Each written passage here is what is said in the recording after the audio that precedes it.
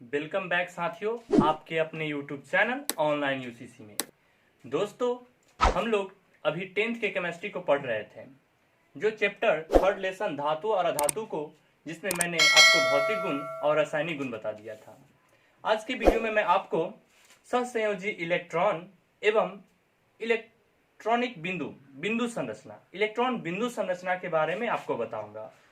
ये दोनों जानने से आपको यह एक बहुत महत्वपूर्ण काम करेगा। कब? जब आप संयोजी बंधन अर्थात बंधन के बारे में आप पढ़ेंगे, तो वहां ये दोनों टॉपिक जो है आपको बहुत ही कारगर साबित होगा। तो चलिए समय को बिना व्यर्थ किए हुए अपने टॉपिक को देखते हैं। तो सबसे पहले हमारा है कि सहसंयोजी इलेक्ट्रॉन। दोस्तों, सहसंयोजी इलेक्ट्रॉन आखिर कहते किसे हैं?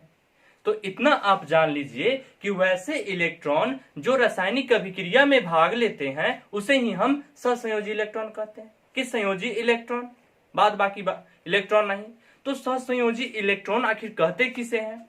तो आप जान लीजिए कि किसी भी तत्व के बाह्यतम सेल में, बाह्यतम कक्षा में जो इलेक्ट्रॉन होते हैं उसे ही हम संयोजी इलेक्ट्रॉन कहते हैं। एग्जाम्पल के द्वारा समझिए कि सोडियम जिसकी परमाणु संख्या 11 है। हम 10th में जब छोटा कक्षा के आधार पर लिखते हैं इलेक्ट्रॉनिक विन्यास, तो लिखते हैं 2 8 1। तो इसके बाह्यतम सेल कौन हुआ? 1। तो बाह्यतम सेल में कितने इलेक्ट्रॉन है? 1 इलेक्ट्रॉन है। तो संयोजी इलेक्ट्रॉन इसका कौन हो जाएगा? 1 इलेक्ट्रॉन।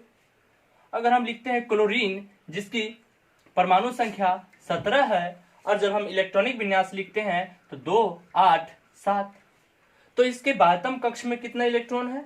7 इलेक्ट्रॉन है। तो संयोजी इलेक्ट्रॉन कौन होगा? 7 होगा। तो इस प्रकार हम संयोजी इलेक्ट्रॉन को पता लगा सकते हैं। अगर आप उपकक्षा के आधार पर लिखते हैं इलेक्ट्रॉनिक विन्यास, तो उसके बारे में भी हम चर्चा करते हैं। तो इसका हमारा हो जाएगा 1s2 2s2 2p6 3s1। तो दोस्तों, सबसे बड़ा कक्षा यहाँ कौन सा आता है? 3। और 3 में कितना इलेक्ट्रॉन है? तो 3s1। तो बाह्यतम कक्ष में कितने इलेक्ट्रॉन हुआ? 1 इलेक्ट्रॉन। तो संयोजी इलेक्ट्रॉन कितना? 1। क्लोरीन का उसी प्रकार देखते हैं हम। तो इसका जब लिखते हैं तो 1s2 2s2 2p6 3s2 3p5। तो इसके जो बाह्यतम कक्ष हुआ 3 हुआ। इसके जो बाह्यतम कक्ष है वह 3 है। और 3 में कितना इलेक्ट्रॉन है? तो 5 इलेक्ट्रॉन p पर है और 2 इलेक्ट्रॉन s पर। टोटल कितना इलेक्ट्रॉन हमारा हुआ? तो 2 और 5 7 इलेक्ट्रॉन हुआ। तो इसके बाह्यतम सेल में कितना इलेक्ट्रॉन? 7 इलेक्ट्रॉन। तो इसे हम संयोजी इलेक्ट्रॉन कहेंगे। इस प्रकार आप किसी भी तत्व के संयोजी इलेक्ट्रॉन को आप पता कर सकते हैं कि आप इलेक्ट्रॉनिक विन्यास लिखिएगा और उसके बाह्यतम कक्ष में जो भी इलेक्ट्रॉन होगा उसे हम संयोजी इलेक्ट्रॉन कहते हैं। तो संयोजी इलेक्ट्रॉन आपको आशा करते हैं कि समझ में आई होगी। तो संयोजी इलेक्ट्रॉन जब आप समझ जाते हैं तो आपको इलेक्ट्रॉन बिंदु संरचना को समझने में काफी सहूलियत होगा।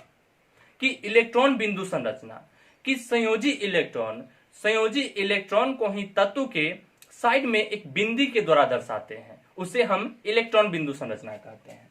जैसे सोडियम के बाह्यतम सेल में कितने इलेक्ट्रॉन था? 1। तो इसको हम बाहर से एक बिंदी के द्वारा दर्शा देते हैं।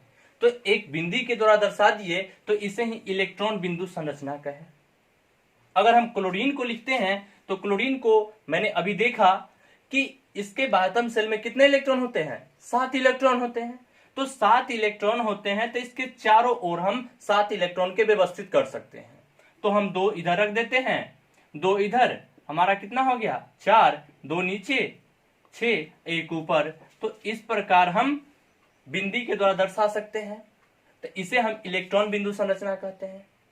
अगर आप यहाँ एक चीज और होता है कि जब रासायनिक अभिक्रिया में आप देखते हैं तो हम अगर यहाँ लिखना चाहें कि जब Na और Cl की इलेक्ट्रॉन बिंदु संरचना के द्वारा दर्शाना हो, तो एक का अगर हम बिंदी से देते हैं तो दूसरा का हमें स्टार से दे देते हैं। कहने का अर्थ आया कि हम या तो बिंदी से या हम स्टार के द्वारा इसे दर्शा सकते हैं।